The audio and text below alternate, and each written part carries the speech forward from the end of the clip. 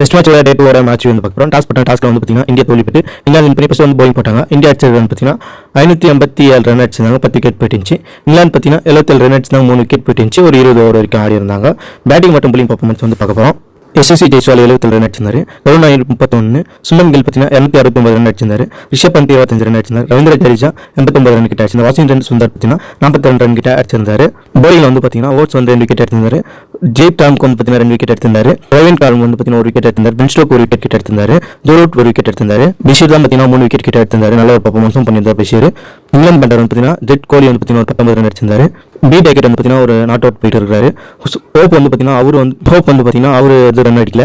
Joe Root பார்த்தீங்கன்னா ஒரு 18 ரன்னும், அடுத்து வந்து பார்த்தீங்கன்னா ஹாரி புக் பார்த்தீங்கன்னா ஒரு 19 ரன் 30 ரன் கிட்ட அடிச்சிருந்தாங்க. ஜோரூட்டும் ஹாரி புக்கும் வந்து தான் இப்போ வந்து பிளேல இருக்காங்க. பவுலிங்ல வந்து பார்த்தீங்கன்னா ஆகாஷ்தீப் பார்த்தீங்கன்னா 2 விக்கெட் இருந்தாங்க, சிராஜ் வந்து 1 விக்கெட் கிட்ட எடுத்தாங்க. நல்ல ஒரு பர்ஃபார்மன்ஸ் பண்ணியிருக்காங்க செகண்ட் இன்னிங்ஸோட ஹைலைட்ஸ் பார்த்தீங்கன்னா மறக்காம கமெண்ட் பண்ணுங்க. மீண்டும் ஸ்டுடியோவில் சந்திப்போம்.